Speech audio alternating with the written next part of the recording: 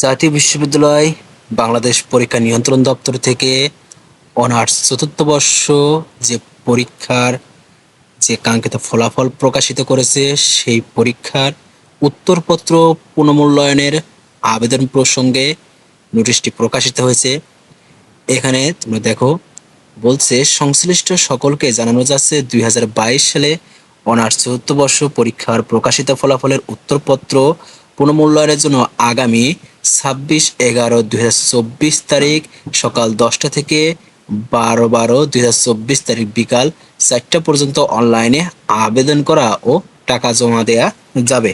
এক্ষেত্রে যে ফলাফল প্রকাশিত হয়েছে, এই ফলাফল প্রকাশিতে যারা অনেকে ফেল বা দেখা যাচ্ছে ভালো পরীক্ষা দিয়েছে তারপরেও দেখা যাচ্ছে ফেল এসেছে, তোমরা এর আবেদন করতে পারবে। কারণ আগে যে ওএমআর শিটগুলো ছিল সেগুলো দেখা যাচ্ছে সেখানে নাম্বারগুলো দেখে কিন্তু তারা আবার সেটা রেজাল্ট প্রকাশিত করতো, কিন্তু এখন খাতা আবার সেটা দেখবে, দেখে কিন্তু সেটা মূল্যায়ন করে যে নাম্বারটা হবে সেই নাম্বার অনুযায়ী কিন্তু রেজাল্ট প্রকাশিত হবে।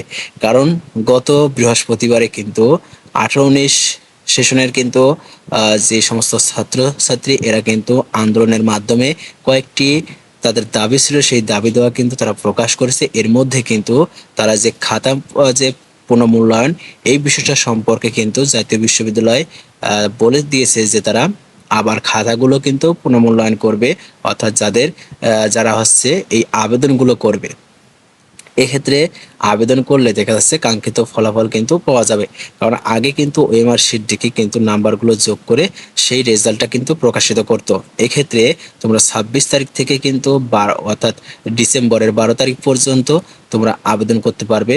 এই আবেদন করলে আশা করি তোমাদের যদি নিজেদের মধ্যে সেরকম কনফিডেন্স থাকে যে আমার ভালো পরীক্ষা হয়েছে কিন্তু পাস আসে নাই, এক্ষেত্রে কিন্তু বা সিজিপিএ কম আইছে, এক্ষেত্রে কিন্তু তোমরা আবেদন করতে পারবে।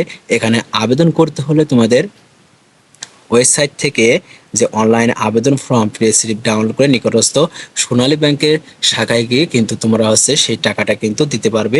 এক্ষেত্রে কিন্তু বিকাশ, নগদ ছাড়া যে সমস্ত ভিসা কার্ড যেগুলো আছে এগুলোর মাধ্যমে কিন্তু টাকা আছে জমা দিতে হবে। এখন যে কপিটা পাবে আবেদনের, সেই কপিটা কিন্তু জাতীয় বিশ্ববিদ্যালয় বা তোমার কলেজ কর্তৃপক্ষের কাছেও জমা দিতে হবে না, এটা নিজের কাছে রাখতে হবে।